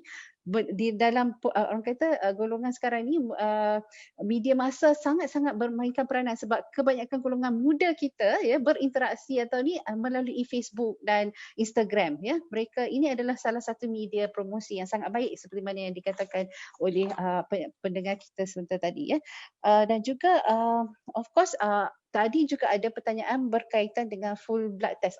Keistimewaan seorang penderma darah ya, selain daripada kita membuat pemeriksaan ya, kita juga memeriksa level darah ya, HB yang melayakkan seorang penderma darah ya, sebab dulu sebelum ni kita 12.5 hingga 18 gram per desiliter. Okey, sekarang ni 13.5 gram per desiliter dan sehingga 18. Itu adalah range yang melayakkan seorang penderma darah untuk menderma darah. Selain daripada itu, kita juga memeriksa kumpulan darah penderma darah tersebut. Ya, ini adalah dua ujian yang kita lakukan. Additional kepada ini, untuk penderma darah apheresis kita ada buat full blood count ya. Full blood count ni kita cek juga platelet ya, jumlah platelet dan juga daripada HB dan hematokrit lah untuk tengok sel darah merah. Ini adalah test-test yang kita lakukan. Setelah pendermaan setiap darah ini kita akan buat ujian saringan, serologi dan juga nucleic acid testing. Dua jenis ujian saringan untuk memastikan darah yang kita bekalkan selamat kepada pesakit.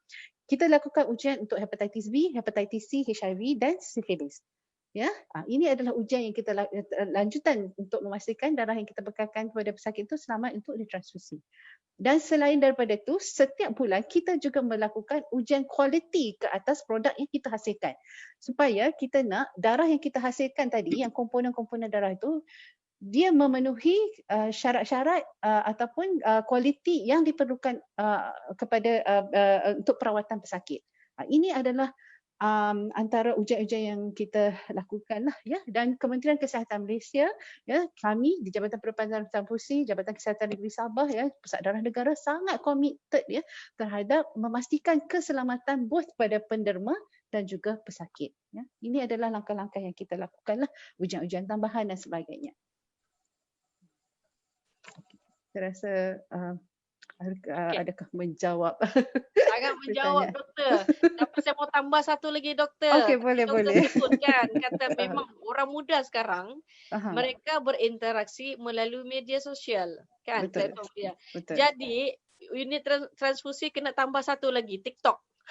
Oh, okey. Semalam pun dengan panel kita semalam saya kempen dengan dia. Saya kata kamu punya sharing ini sangat bagus. Tapi orang zaman sekarang dia suka sharing yang ringkas, padat. Dan TikTok adalah satu medium yang terbaik untuk itu. Sebab TikTok ni dia satu apps yang dia ringkas. Dia kita konten dia kena singkat. Jadi kita share tu memang betul-betul share yang isi saja. Jadi apa salahnya? Mungkin selepas ini Jabatan Transfusi ada TikTok. Wah, hebat. Kami minta izin daripada Kementerian Kesihatan dahulu.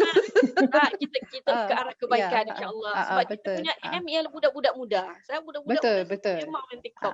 Saya tahu mereka ada niat untuk menderma, cuma kadang-kadang tu tidak ada, orang kata mungkin situasi yang tidak menerangkan. Jadi kita nak membantulah golongan ini untuk ni. Anda tahu kan menggunakan ialah platform media sosial ini kan boleh kongsi tips-tipsnya macam mana mau tambah darah, macam mana persediaan sebelum derma darah. Kan itu kita boleh kongsi yang kemudian lah. Patutnya di sini tambah darah. Lupa pula saya. Kami kalau datang menderma darah, kita akan bagi juga sebenarnya pil iron untuk menambah zat besi lah. Selain daripada, of course daripada pemakanan lah, pemakanan seperti bayam, ya, hati dan sebagainya, ya, zat-zat makanan-makanan yang tinggi zat besi itu dapat membantu juga. Oh, insya-Allah, insya-Allah. Hati ayam, makan hati ayam banyak-banyak sampai saya nak makan hati ayam. Okey, kembali Bayam. Oh, bayam, sayur bayam.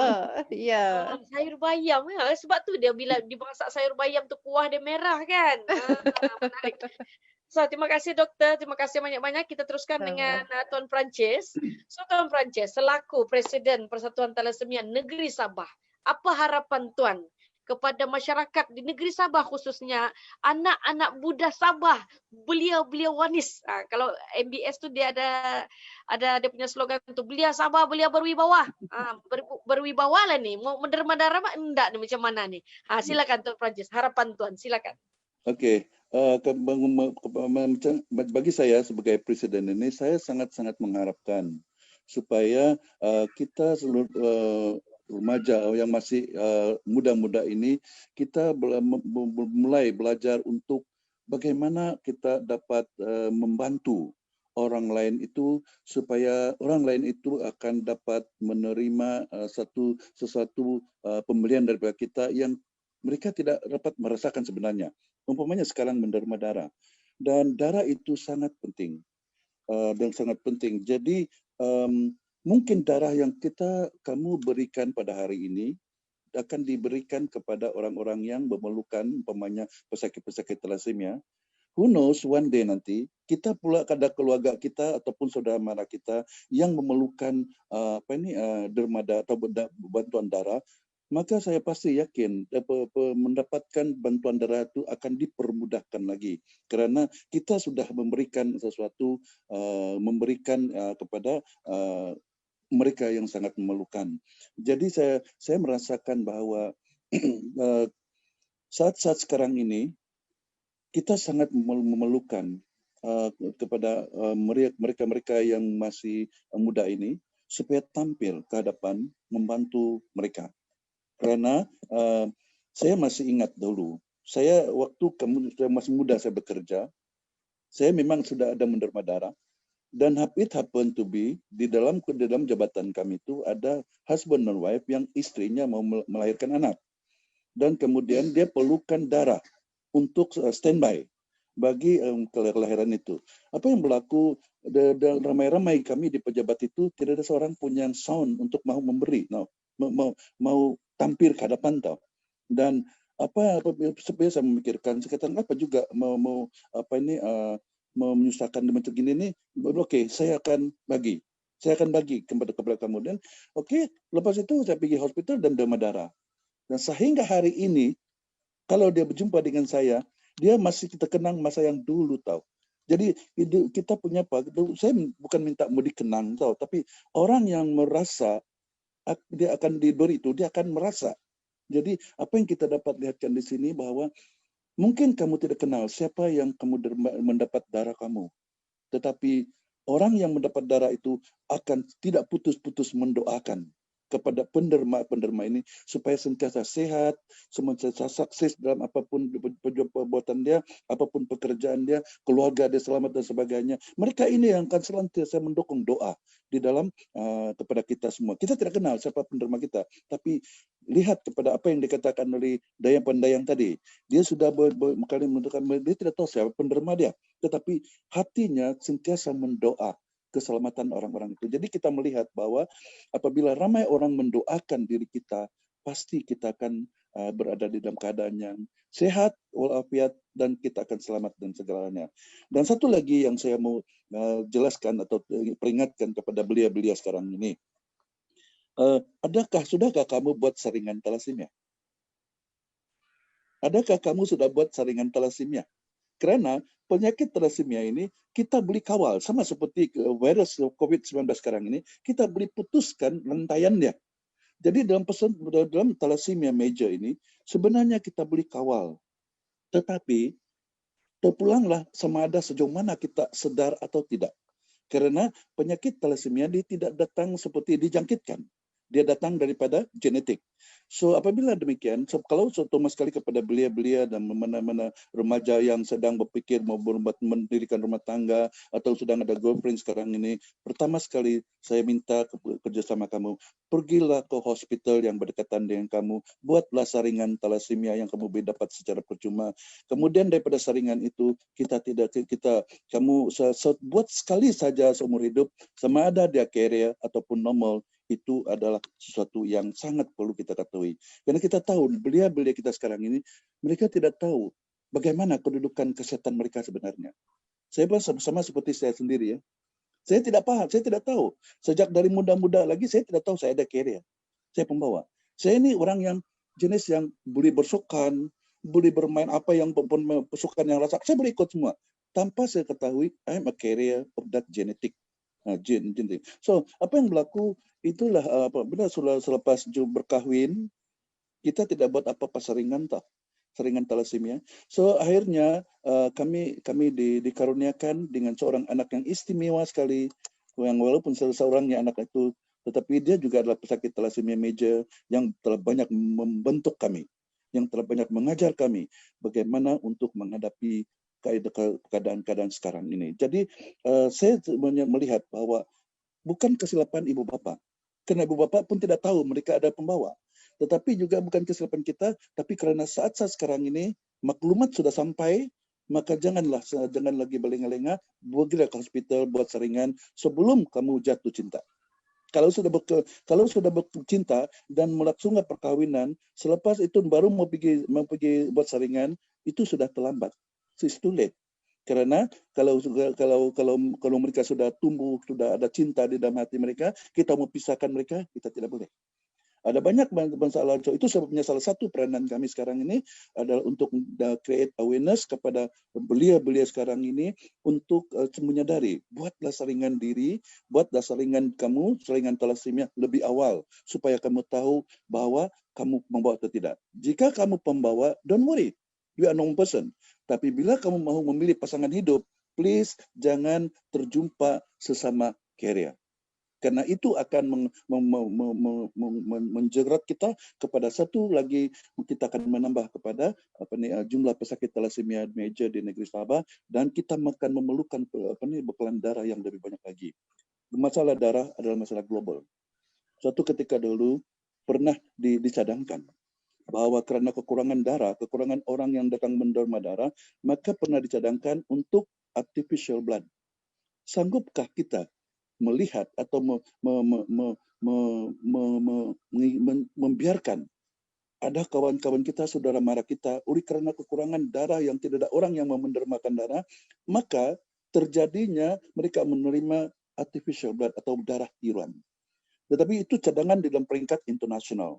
Ketika saya menghadiri satu convention international thalassemia di Dubai dahulu, kemudian kami dilihatkan bahwa masalah kekurangan darah adalah masalah global. Bukan hanya negara kita Malaysia atau di negeri Sabah. Di seluruh di dunia, karena thalassemia juga di seluruh dunia juga ada. Jadi mereka menghadapi kekurangan darah sehingga ada yang mau mencipta, bolehkah darah manusia ini diganti dengan artificial blood. Dan inilah satu yang saya sangat sedih sekali, risau. Jika kita kekurangan darah orang yang akan membantu kita dengan darah, apakah kita akan membiarkan mereka ini sengsara, menderita, dan kemudian pergi meninggalkan kita untuk selama-lamanya. So, selagi kita darah, Tuhan sudah memberikan kita satu kesempurnaan di dalam diri kita. Kita ada darah, kita menderma darah, Tuhan akan mengganti darah itu dengan secepat mungkin juga. Maka sebenarnya disitulah peranan kita itu. Kita alirkan kasih anugerah itu kepada orang lain. Inilah harapan saya. Terima kasih. Terima kasih Tuan Perancis. Sangat menyentuh hati. saya kira Tuan Francis, lepas ni anak-anak muda kita lah khususnya yang mengurat-ngurat itu, bila mengurat itu, yang cewek-cewek itu jangan lupa tanya soalan sekali, sudah buat Siap. saringan thalassemia kah belum? Iya, betul. Sebenarnya kan Tuan, saya teringat dulu saya ada kongsi sebab adik saya pun, tapi saya kurang pasti dia ada nikah dikategorikan. Jadi adalah nih kawan-kawan bercerita. Dia cakap ada kahnya, boleh dia tanya, dia bilang aku ni thalassemia ke tidak. Oh, dia rasa macam tidak relevan bahwa orang tanya soalan, tapi rupa-rupanya sekarang kena tanya. Kena tanya. Ya, biar kita bergaduh di depan. Kena hentikan stigma yang soalan itu akan menyinggung perasaan, bukan menyinggungkan perasaan, dia menyelamatkan generasi keturunan. Yes. So perkongsian daripada Tuan Francis tadi sangat membuka mata. Kita harapkan lebih ramai yang akan lebih cakna selepas ini. Okey, seterusnya Tuan Leslie. Terima kasih Tuan Francis. Kita beralih kepada Tuan Leslie. Okey, Bro Leslie. Saya mau cerita. Saya ada seorang kawan. Saya rasa dia mungkin sedang menonton sekarang. Namanya Siti Sobrina. Kenal mungkin Siti Sobrina ni. Dia ni boleh tahan lasak orangnya. Semua dia boleh buat. Lari sana, maraton, kelembatan, semua dia boleh buat. Tetapi bila pergi derma darah, dia boleh pengsan. Pengsan tengok orang derma darah. Dia belum derma darah lagi, dia dulu pengsan. Bila pergi hospital pun dia boleh pengsan. Jadi mungkin orang-orang yang begini ni, yang dia mungkin ada satu kita panggil fobia darah ni. Fobia darah. Ada namanya, doktor apa nama dia? Doktor orang-orang yang fobia darah macam ni. Lupa pula saya. Dapat. Tapi manusia begini wujud doktor, serius. Ya, betul. Dan ada. Saya memang betul kawan saya tu si Siti Sobrina tu, saya rasa dia menonton sekarang ni. Bukan main dia edit gambar saya tadi sini, dia kata gambar saya berlari ni. Dia kata kalau tahu, dia bilang baik saya derma darah daripada berlari 5 km. So, mungkin Leslie boleh kongsi untuk rakan-rakan yang saya percaya lebih ramai Sobrina di luar sana. Bagaimana untuk mengatasi rasa trauma ini? Datanglah derma darah. Leslie kongsikan, berikan kesedaran itu. Silakan Leslie. Terima kasih Kak Zian. Soalan yang Kak bagi tadi ini saya susah nak jawab ni sebenarnya, sebab kalau masalah fobia ini dia kena contohnya maksud saya ialah dari dia sendiri ya, dari segi fizikal dan mental dia sendiri. Ya, kalau dia nampak darah tu memang terus pengsan, kami tak ada ubat ni untuk nak ubati. Alamak sob, tiada ubat sob. Ya, tapi itulah mungkin saya boleh cadangkan kita buat satu VIP room untuk penderma yang fobia darah. Mungkin boleh buat yang macam video yang kena kongsi di negara barat tu. Ada peneman semasa di derma darah tu, ada tukang bercerita, dipanggil lagi orang-orang yang mendapat derma darah tu. Memang insaf. Silakan. Tapi, terus terang kita punya sukarelawan pun ada juga yang fobia darah. Tapi cara kami ialah cari kain tutup mata dia sehingga darah ini proseskan menderma darah ini sudah selesai, baru kami buka itu kain. Memang kami pernah buat inilah. Tapi ini saya rasa ini tiada dalam buku panduan. Ini untuk kita saja ni, untuk sharing sahaja. Ya. Okey, mungkin Leslie boleh kongsikanlah harapan Leslie selaku salah satu NGO yang mengajukan program ini, harapan Leslie supaya lebih ramai untuk orang keluar menderma darah. Silakan Leslie. Ya, saya di sini saya ingin mengambil kesempatan mengucapkan ribuan terima kasih kepada Dr. Shanas dan juga Tuan Francis kerana saya rasa dalam masa tahun inilah kita yang sering berkomunikasi dan berjumpa untuk to make sure our board program run smooth ya untuk tahun ini. Ya, sebab tahun ini memang satu tahun yang mencabar, yang sangat mencabar bagi semua NGO, bukan bulan sabit merah saja, tapi semua dari segi program derma darah. Kalau ikut statistik, actually kalau ikut tahun 2019 memang ramai NGO yang keluar menganjurkan program derma darah. Tetapi tahun ini memang sukar. Jadi saya rasa satu kerjasama yang cukup baik ya dari segi dari Persatuan Thalassemia dan juga Jabatan Transfusi Darah. yang mengenal pasti dan juga to make sure our program runs smooth. Ya. Dan saya juga di sini merayulah ya pendema darah setelah melihat hujah-hujah ataupun mesej-mesej yang disampaikan oleh Jabatan Transfusi Darah dan juga Persatuan Thalassemia Presidennya sendiri yang memberi satu gambaran yang cukup menyentuh hati rakan-rakan semua. Bukan saya sendiri, saya rasa Puan Moderator pun, dan juga harap ini mesej ini sampai di kategori belia ataupun akar umbi belia yang ada di negeri Sabah. Ya, untuk di sini juga saya ingin buat sedikit iklan, ya, program demam darah masih dilanjutkan ataupun di jalan, ya, setiap hari Jumaat hingga hari Ahad, setiap hari Jumaat sehingga hari Ahad, yaitu 23 hingga 25 Oktober dan juga 30 hingga 31 Oktober di bangunan Bulan Sabit Merah Malaysia Negeri Sabah di belakang Wisma Wanita Jalan. So ini ada satu info yang saya nak share. So saya rasa tidak alasan lagi yang takut ataupun fikir lagi nak demam tak nak demam. Saya rasa ini mesej yang cukup padat ya dari Persatuan Thalassemia dan juga Jabatan Transfusi Darah. Jadi bagi pihak Bulan Sabit Merah Malaysia Negeri Sabah, ya, kami akan teruskan program ini pada masa akan datang dan kita akan lanjutkan di seluruh negeri Sabah. Ya, saya rasa sokongan, ya, kami perlu sokongan dan dorongan dari Jabatan Transfusi dan juga Tuan Francis juga sendiri, ya, untuk sama-sama kita melaksanakan program ini bukan hanya di sini saja tetapi masa hadapan. Yep. Terima kasih. Yeah. Okay. Terima kasih Leslie, terima kasih. Jadi kita harapkan program yang hendak dianjurkan nanti berjalan dengan lancar, dan saya difahamkan mungkin tidak lama lagi ada satu gandingan kerjasama bersama Majlis Belia Sabah ya untuk anjuran derma-derma. So kita sama-sama nantikan. Dan sebelum kita berakhir, saya ingin mengambil kesempatan untuk mengumumkan pemenang penonton aktif. Sebenarnya untuk makluman panel kita, Doktor dan juga Tuan Francis, Majlis Belia Sabah ni sudah, yang ini hari ke-7 bersiaran langsung pada masa yang sama setiap hari bermula daripada 15 hari bulan yang lalu sehinggalah ke hari ini, 6 hari yang lalu kita dalam program untuk memberi kesedaran kesihatan mental, dan hari ini khusus untuk kesedaran derma darah. Jadi kita ada hadiah istimewa lah untuk kita punya audiens ataupun viewer kita yang begitu setia dan begitu tegar mengikuti siri pertama sehinggalah yang terkini.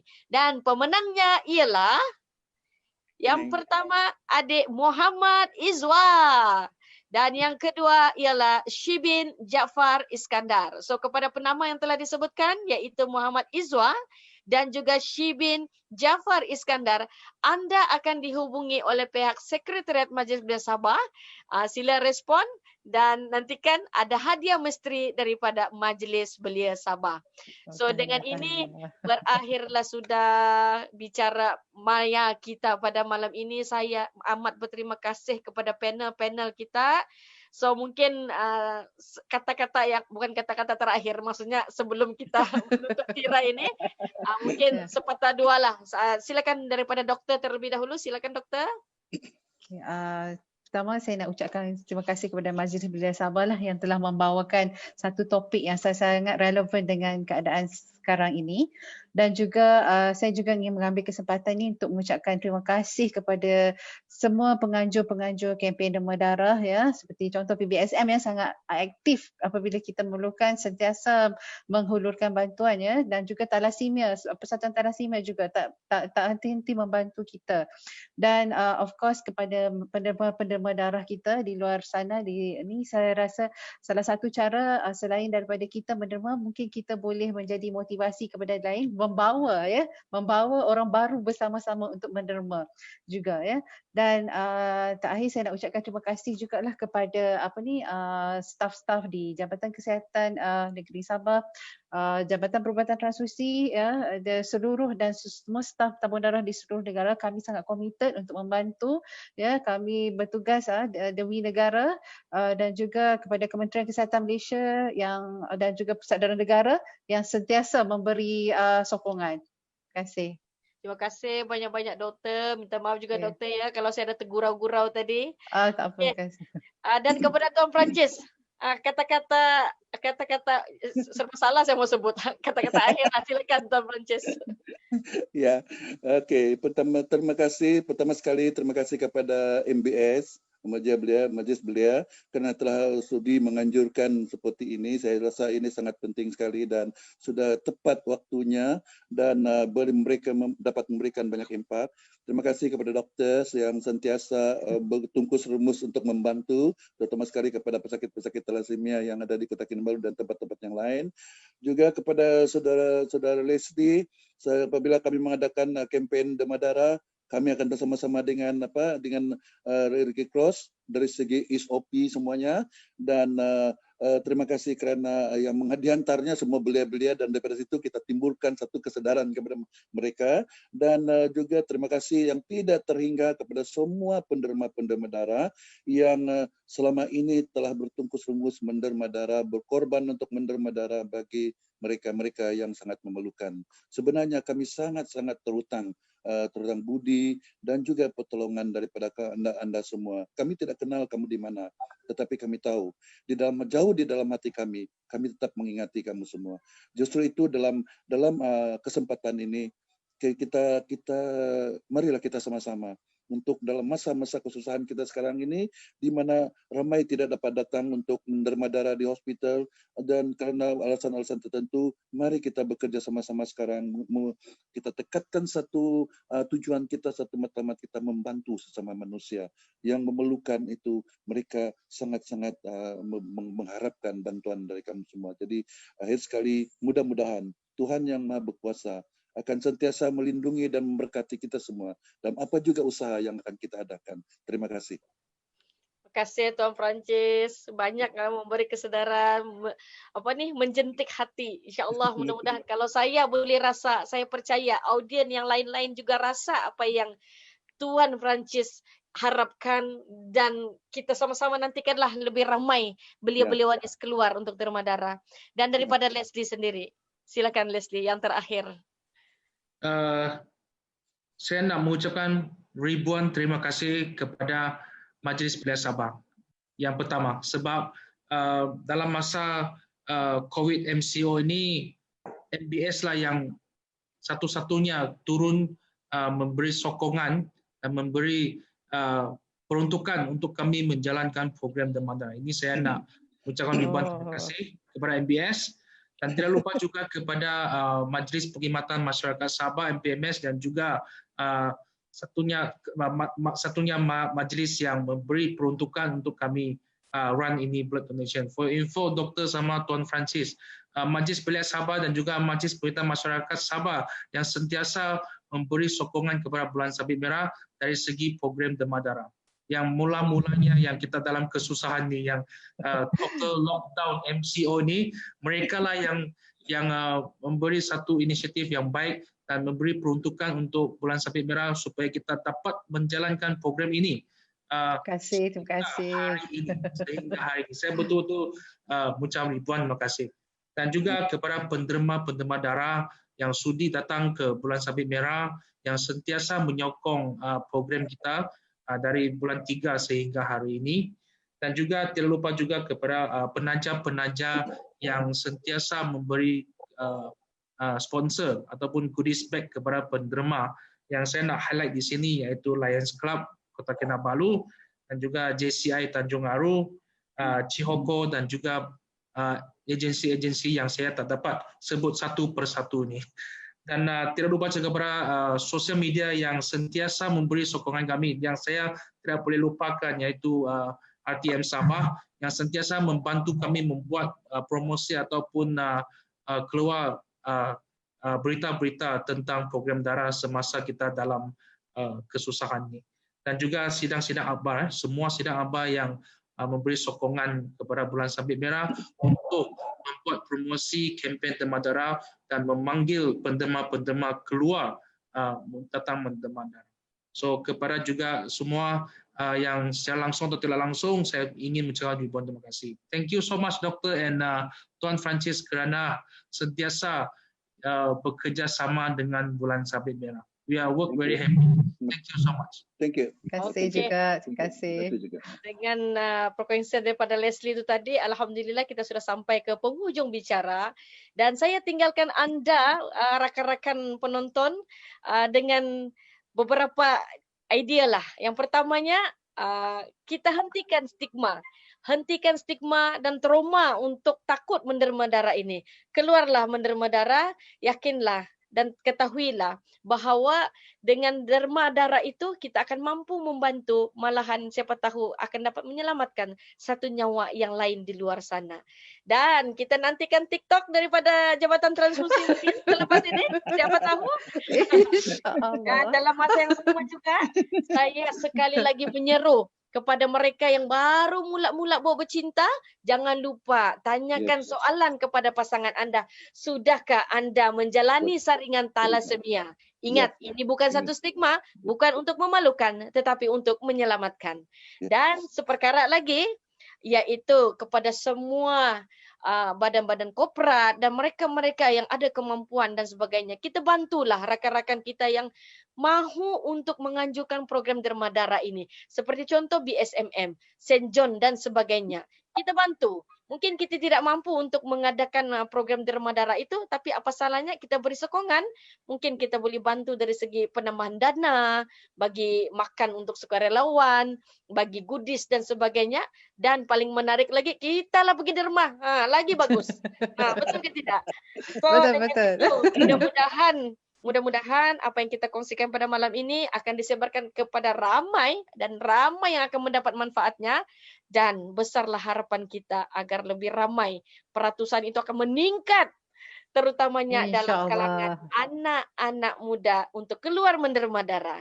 So untuk itu terima kasih semua daripada Majlis Belia Sabah. Saya mohon maaf jika saya ada tersalah bicara. Nurzian Muhammad Tahiruddin, Setiausaha Agung Majlis Belia Sabah, moderator anda malam ini. Sehingga kita berjumpa lagi. Assalamualaikum warahmatullahi wabarakatuh. Selamat malam. Terima kasih. Bye. Okay, bye. Bye.